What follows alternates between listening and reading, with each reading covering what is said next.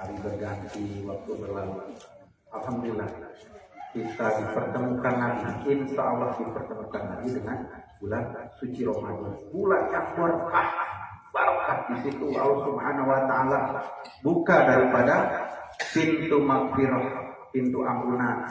Di bulan itu Allah Subhanahu wa taala siapkan pahala sebanyak-banyaknya bagi siapa saja yang mendulang pahala. Setiap amal fardu dilipatkan 700 hingga tidak terhingga. Dan di bulan tersebut Allah Subhanahu wa taala akan kabulkan daripada setiap hajat, setiap permohonan, setiap keinginan hambanya yang meminta. Ibu yang mengenal Allah Subhanahu wa taala, maka bagi orang yang berharap ampunan, berharap daripada pahala sebanyak-banyaknya, berharap akan doanya dikabulkan, maka datangnya bulan Ramadan adalah hal yang paling menyenangkan, paling menggembirakan. Senangnya saja, masya Allah. Tadi disampaikan di dalam sebuah hadis, man fariha bidukhuli Ramadan. Siapa yang senang dengan datangnya bulan Ramadan, haramallahu jasadahu ala nari.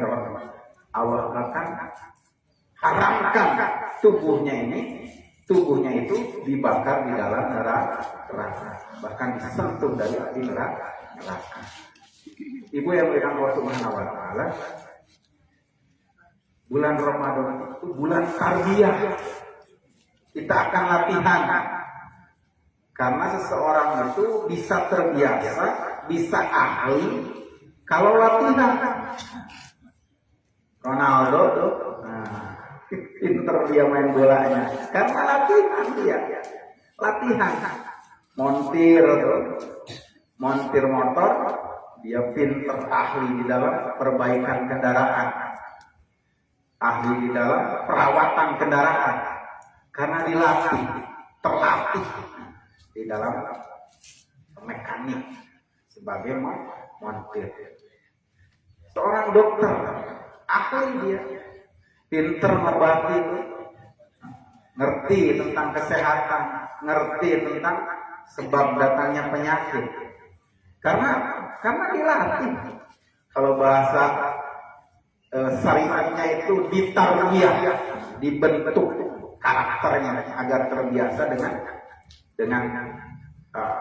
seorang montir terbiasa dengan montirnya, seorang dokter terbiasa dengan pengobatan, bahkan seorang petani dia ahli di dalam pertanian karena terlatih, terbiasa dengan pertanian, ahli bercocok tanam. Nah, kita di bulan puasa itu akan ditarbiyah, dilatih agar ahli apa? Ahli takwa.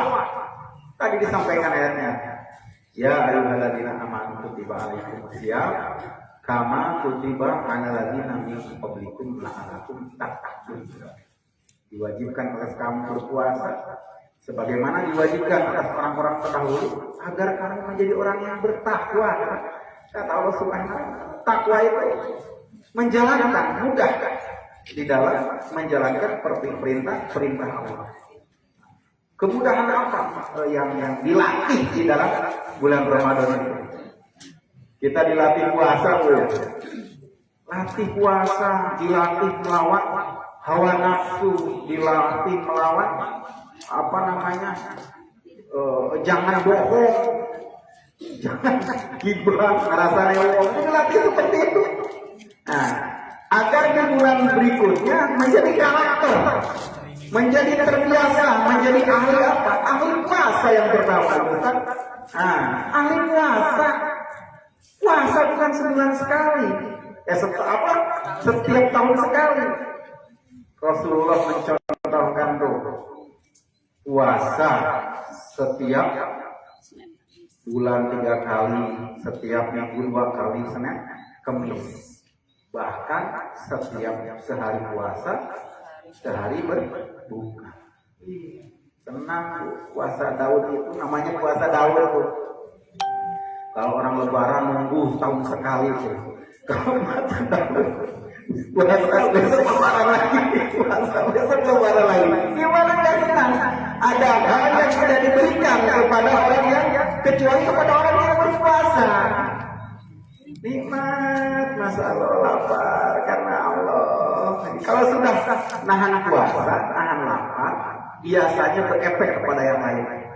Nahan melawan hawa nafsu, nahan gibah, nahan bohong tuh, nahan marah tuh, ngangkat tuh, indah ngangkat marah itu.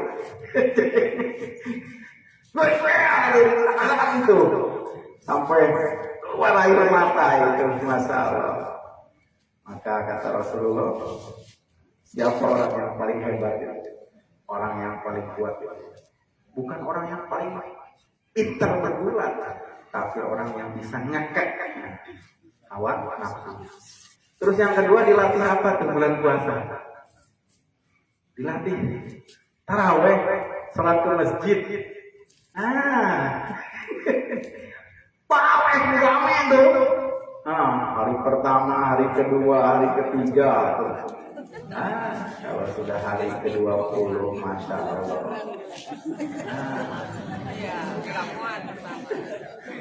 Pakai galio ini segala. Ini kan buat lebaran juga, bikin kue juga.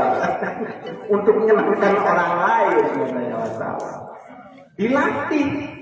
Taraweh. Sholat sunnah tuh. Apalagi pakai majab sapi itu 23 rakaat tuh. Nah, kita kan yang enteng-enteng saja 11.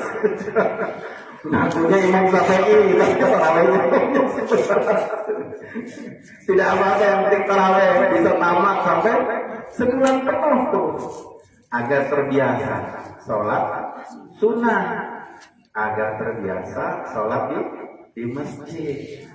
Bilangin dulu tuh sama bapak-bapaknya itu yang mendapatkan pertolongan Allah, yang merasakan daripada manfaat takwa itu bukan sekedar takwa, tapi sebenar-benarnya takwa. Ittaqullaha haqqa tuqatih. Takwa dengan sebenar-benarnya takwa, dan takwa yang sebenar-benarnya takwa kata Rasulullah, al-masjidu baiti kulli taqiyyin.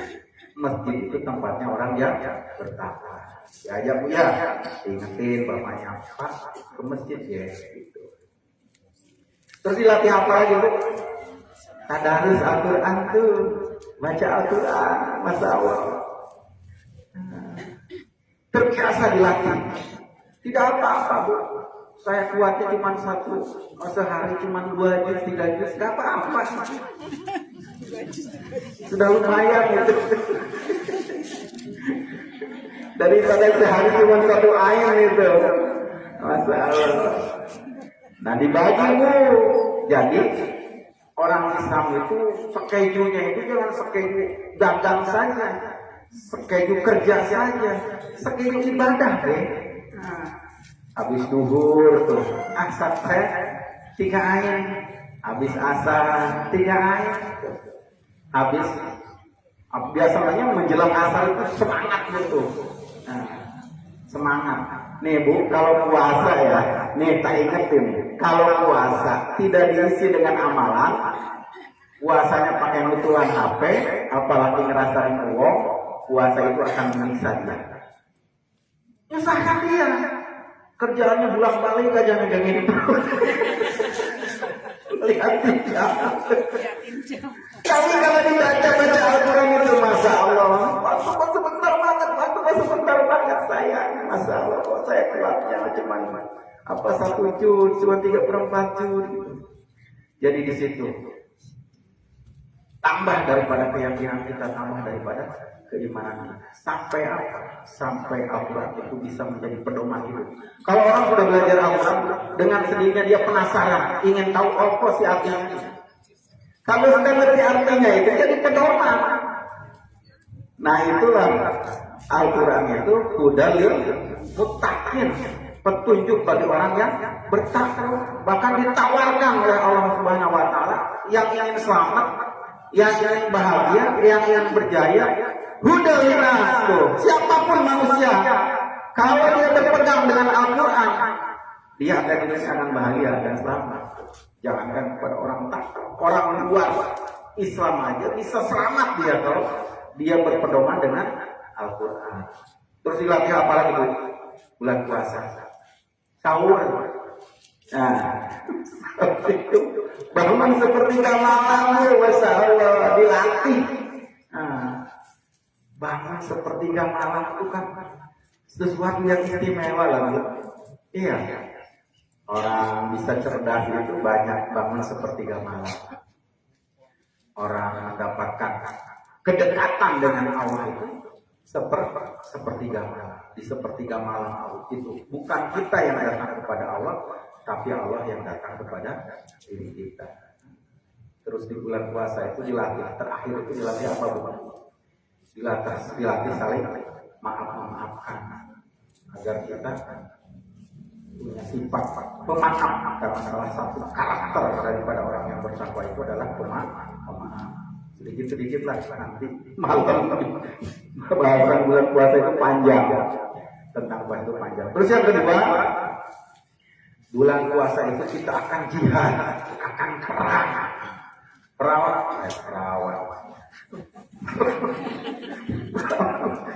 lagi yang baru saya kalah jadi latar. Akan perang melawan hawa nafsu. Nafsu apa yang kita lawan? Nafsu amarah. Nah, nafsu ngeyel, nafsu jengkel, nafsu nesu, itu nafsu amarah namanya. Nafsu bangkang, tidak mau sholat itu dikelilingi, dipenuhi oleh nafsu amarah. Dan nafsu amarah ketika diciptakan oleh Allah Subhanahu Wa Taala, dia ditanya, "Man anta wa man ana?" Siapa kamu dan siapa aku? Maka nafsu menjawab, "Ana wa ana, anta wa ana." Kamu ya kamu, aku ya aku, kata nafsu itu. Padahal nafsu tahu dia itu diciptakan oleh Allah, lalu dibakar di dalam neraka jahim selama 100 tahun lamanya. Sudah dibakar dan menghantarkan, dikeputin, dihantemin tuh, dipanggil oleh Allah Subhanahu Wa Taala. Man ana, man anta, siapa aku dan siapa kamu? Maka dengan congkaknya itu nafsu selalu menjawab, ana wa ana, anta wa anta. Kamu adalah kamu, aku adalah aku. Ngeyel ya bukan nafsu itu. Maka dimasukkanlah ke dalam neraka juru, neraka yang dipenuhi dengan rasa lapar, rasa haus. Setelah 100 tahun, dia dipanggil oleh Allah Subhanahu Wa Taala, ditanya siapa aku dan siapa kamu. Baru nafsu itu menjawab, anta rabbuka wa anna abduka. Kau itu adalah Tuhanku, betul ya Allah, dan aku ini adalah hamba. Maka nafsu itu bisa dikendalikan dengan apa? Dengan puasa. Tapi puasanya Bu ya, saya pesan jangan puasa orang anak SD, puasa anak TK. Kalau puasa hanya nahan haus mah kalah kita dengan anak TK, anak SD. Anak TK, anak SD nggak tahu dia bohong, nggak tahu dia rasanya bohong. Nahan nafsu, nahan ngerasain uang, nahan marah tuh, agar manfaat daripada puasanya. Dan banyak kita puasa apa jenenge? Puasa balas dendam. Puasa iya Bu, lapar. Tapi kalau sudah menjelang maghrib berbaris tuh, kolak tuh.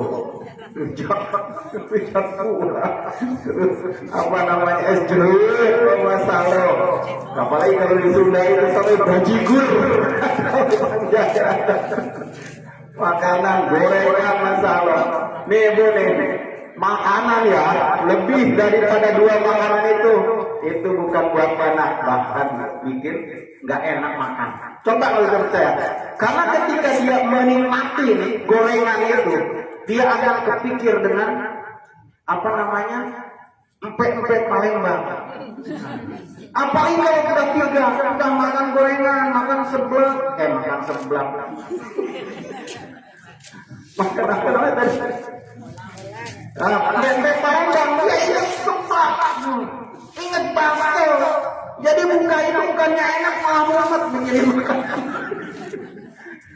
Ditahan Bu ya, ditahan. Mesti enak lah. Mesti enak namanya ngelih itu. lapar itu pasti enak. Makan dengan ala katanya juga ya. Masya Allah. Itu nanti rasakan daripada efek puasa itu. Baru kalau sudah kita puasa bisa seperti itu, niat mati, niat daripada berperang melawan hawa nafsu, baru minta apa yang kita inginkan. Yang ingin rezekinya berkah banyak gak apa-apa, tapi minta juga diberi kekuatan untuk membelajarkan ajaran Allah. Ingin yang janganlah nanti suami minta doa ya Allah saya punya istri. Jangan, minta diberikan sakinah di dalam rumah tangga, minta diberikan anak soleh, keberkahan, semua minta dikabul, pasti dikabulkan oleh Allah Subhanahu wa Ta'ala. Itu saja yang saya sampaikan, mudah-mudahan bermanfaat ya sebagai persiapan daripada menyambut daripada bulan suci Ramadan. A'udzubillahi minasyaitonir rajim. Bismillahirrahmanirrahim. Alhamdulillahirabbil alamin.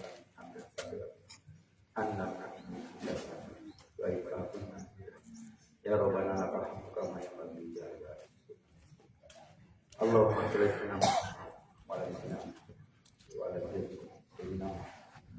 ala ali sayyidina Muhammad wa ala ali sayyidina. Ya Allah, pagi ini yang mohon dengan segala kerendahan hati, ya Allah, ampuni dosa kami. Ya Allah, dosa yang sengaja dosa yang tersembunyi maupun dosa yang terang. Ya Allah, pandang kami dengan kasih sayang, pandang kami dengan rahmat. Ya Allah, ya Rabbi, kami lahir daripada kedua orang tua kami. Kami besar daripada kasih sayang kedua orang tua. Tapi kami, ya Allah, orang yang kurang. Kami tidak pandai berbalas budi, ya Allah. Ya Allah, maka angkat derajat daripada kedua orang tua kami. Sehatkan badannya, ya Allah, bahagia selama hidup. Ya Allah, ya Rabbi, orang tua kami sudah tidak ada yang teramat tubuhnya, ya Allah, jadikan tubuh sebagai tamat-tamat surga. Ya Allah, ya Rabbi, kami sering menilai, ya Allah, bahwa nikmat itu, ya Allah, berupa harta benda, pangkat, jabatan.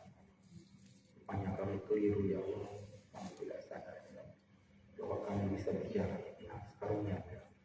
Kami bisa bicara atas karunia, kami bisa melihat di atas karunia, semua atas karunia.